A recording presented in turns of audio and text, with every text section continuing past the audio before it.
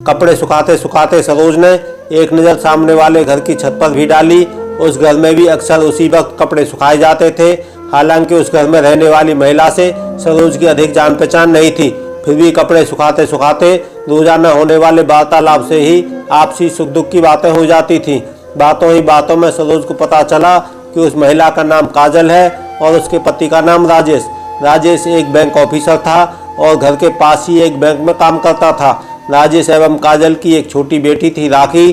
छोटा सा खुशहाल परिवार था। छुट्टी के दिन वे अक्सर घूमने जाते थे।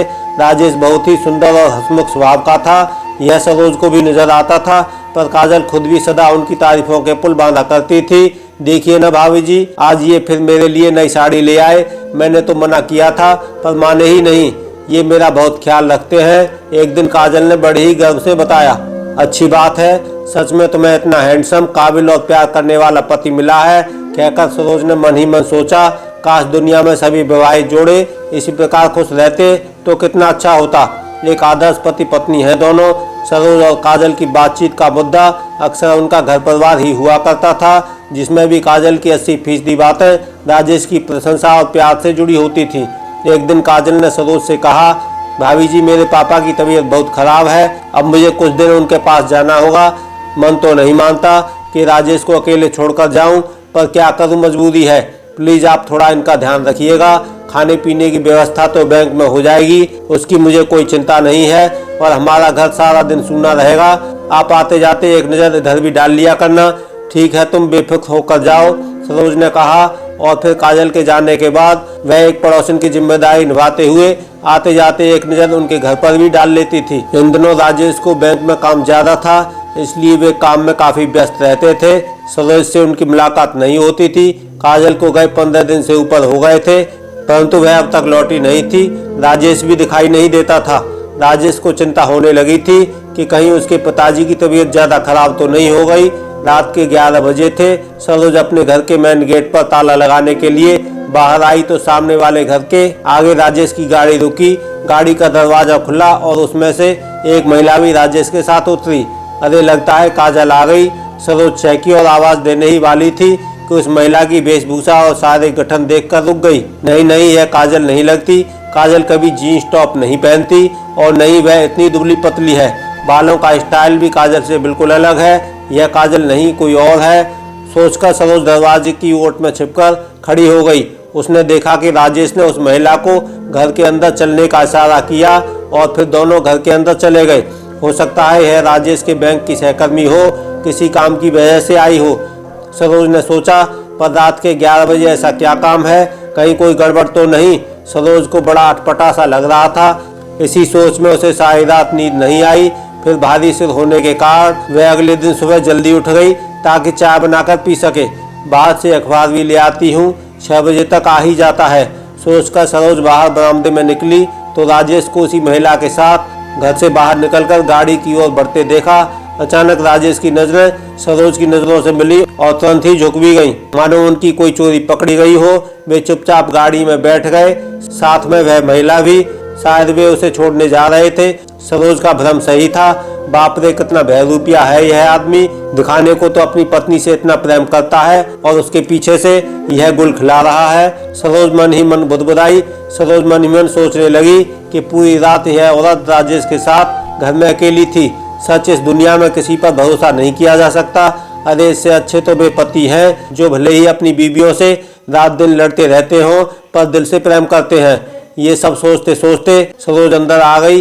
अखबार लाकर मेज पर पटक दिया। अब न तो उसकी रुचि अखबार पढ़ने में रही थी और न ही चाय पीने की इच्छा हो रही थी। वह चादर ओढ़कर पलंग पर लेट गई और फिर काजल के बारे में सोचने लगी।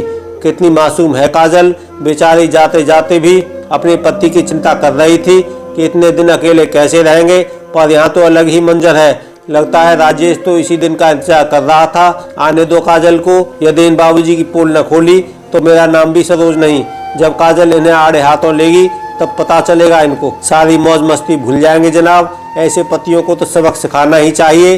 पत्नियों की जरा सी भी गलती इन्हें बर्दाश्त नहीं होती, स्वयं चाहे कुछ भी करें। अरे वाह, यह भी कोई बात हुई मर्द जात की। यह तो सरासर अन्याय है पत्नियों के साथ। यह विश्वासघात है, उन्हें इसका फल मिलना ही चाहिए। सोचते सोचते सरोज को फिर नींद आ गई। रविवार का दिन था। सरोज ने बालों में शैम्पू किया था तथा साथ ही कुछ कपड़े भी धो लिए थे। वह बाल खुले छोड़कर छत पर गई ताकि धूप में बाल भी सूख जाएं तथा कपड़े भी। उसकी नज़र फिर सामने वाली छत पर पड़ी। आज वहाँ भी कपड़े सूख रहे थे, यानी काजल आ गई है। मुझे उससे मिलकर आना चाहिए, जाकर उसके पिताजी का हालचाल भी पूछ लूँ तथा उसके पीछे से उसके पति ने जो कारनामा किया है उसकी भी जानकारी बातों ही बातों में उसे दे दूँ ताकि वह आगे से सतर्क रहे। यह सोचकर सरोज काजल के घर चल दी। सरोज को काजल बाहर ही मिल गई। नया सलवार कुर्ता पहन रखा था तथा हाथ में हैंडबैग था। लग रहा था कहीं जाने की तैयारी थी। काजल, कब आई तुम? कैसे हैं तुम्हारे पापा? सरोज ने पूछा। आज सुबह ही पापा की तबीयत ठीक है इसलिए चली आई। स्कूल भी तो मिस हो रहा था राखी का। इधर इनके फोन पर फोन आ रहे थे कि जल्दी आओ, तुम्हारे बिना मन नहीं लग रहा। सच भाभी जी, ये तो मेरे बिना नहीं रह सकते, इसलिए तो चली आई, वरना कुछ दिन और रह लेती। तभी राजेश भी आ गए। राखी उनकी गोद में थी और राजेश उसे बार बार चूम रहे थे। राखी भी पापा पापा कहकर उससे लिपट रही थी। हेलो राखी, कैसी हो? जानती हो मैंने तुम्हें बहुत मिस किया। सरोज ने राजेश की ओर देखते हुए राखी से कहा तो राजेश ने नजरें झुका ली और फिर संकोचवश नजरें उठाकर सरोज की ओर देखा, मानो अपना अपराध स्वीकार कर रहे हों। अरे काजल, तुम्हारे राजेश जी तो तुम्हारे दीवाने हैं। तुम्हारे बिना ऐसे हो गए थे जैसे प्राण बिन तन। एक दिन तुम मुझसे कहने लगे, भाभी जी जब बैंक से घर आता हूँ तो सूना सूना घर काटने को दौड़ता है। सच, पत्नी बच्चों के बिना घर घर नहीं लगता। काजल के चेहरे पर मुस्कुराहट दौड़ गई। उसने शर्माकर राजेश की ओर देखा। सरोज फिर बोली, अरे मैंने भी बेवक्त तुम लोगों को किन बातों में उलझा दिया। शायद तुम लोग कहीं जा रहे हो। बहुत दिन हो गए राजेश को अकेले बोर होते हुए। हाँ, मूवी देखने जा रहे हैं। लौटते समय किसी रेस्टोरेंट में पिज्जा खाएंगे। काजल और राखी को बहुत पसंद है। राजेश ने गाड़ी का दरवाजा खोलते हुए कहा। उनकी आंखों में सरोज के प्रति कृतज्ञता झलक रही थी। काजल और राखी गाड़ी में बैठ गई तथा राजेश ने गाड़ी स्टार्ट कर दी।